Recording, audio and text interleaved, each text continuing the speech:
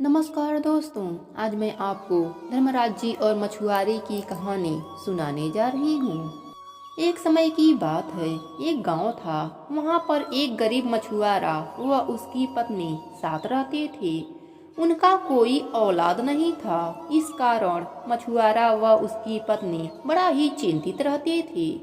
मछुआरा रोज जाल लेकर नदी पर चला जाता और मछली पकड़कर बाजार में बेचता और अपने दुखी जीवन को जीता। इसी तरह एक दिन वह मछुआरा जाल लेकर नदी पर मछली पकड़ने गया। वह जाल अनेकों बार नदी में डाला, पर दुर्भाग्यवश एक भी मछली जाल में नहीं फंसी। वह उदास होकर घर आने लगा। रास्ते में एक पेड़ के नीचे एक साधु ध्यान लगाकर बैठे थे। वह मछुआरा साधु के पास आकर बैठ गया। साधु ने जब अपनी आंखें खोली तो पूछे, पुत्र, तुम इतने चिंतित क्यों हो? तब मछुआरा ने कहा, ब्राह्मण देव, मेरे जीवन में बहुत सारे दुख हैं। मेरा पहला दुख तो यह है कि आज मेरे जाल में एक भी मछली नहीं पड़ी जिसको बेचकर बाजार से रोटी का इंतजाम करूं। आज तो गरीबी के कारण भूखे ही सोना पड़ेगा। दूसरा दुख, मेरा कोई भी औलाद नहीं है। इस दुख से मेरी पत्नी हमेशा रोती रहती है। इस पर ब्राह्मण देव ने कहा, तुम्हारे द्वारा मछलियों को मारने से तुम पर जीव हत्या का दोष लगा है।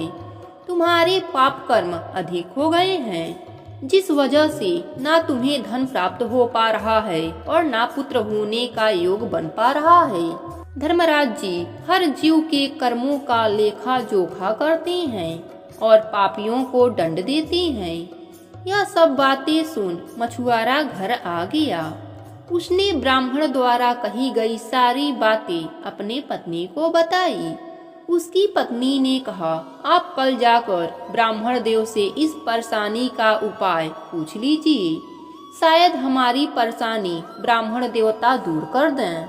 सुबह होते ही मछुआरा उस ब्राह्मण देव के पास गया और प्रणाम करके वहीं बैठ गया। ब्राह्मण देव ने कहा, पुत्र, इतनी सुबह आने का क्या उद्देश्य है?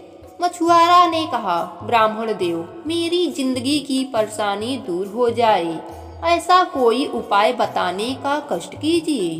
ब्राह्मण देव ने कहा, पुत्र, तुम अनेक जीवों को बहुत ही कष्ट दिया है। अगर तुम पति पत्नी उसी कष्ट से होकर गुजरो तो शायद धर्मराज जी के वही खाते से तुम्हारा पाप नष्ट हो जाए। इस पर मछुआरा ने कहा, ब्राह्मण देवता, मुझे क्या करना होगा जिससे मेरे पाप कर्म नष्ट हो जाएं? तब ब्राह्मण देव ने कहा, तुम पति पत्नी नदी के पानी में खड़े रहो। जब तक तुम्हारे शरीर में ताकत है तब तक प्रभु का ध्यान करके खड़े रहो। शायद इससे तुम्हारा पाप कर्म समाप्त हो जाए। मछुआरा घर आकर सारी बातें अपने पत्नी को बताया। उसकी पत्नी तैयार हो गई। दोनों पति पत्नी नदी के पानी में जाकर हाथ जोड़कर भगवान का ध्यान लगाकर खड़े हो गए। पहला दिन निकल गया, दूसरा दिन भी निकल गया। तीसरे दिन उनके शरीर की सारी ऊर्जाएं समाप्त हो गई। वह दोनों ठीक से खड़े भी नहीं हो पा रहे थे। जैसे मछली तड़पती है वैसे ही वह पति पत्नी भी उस पानी में तड़प रहे थे, लेकिन उनका विश्वास अटल रहा। उनके इस तपस्या से उनका पाप का लेखा खत्म हो गया और पुण्य का लेखा बढ़ गया।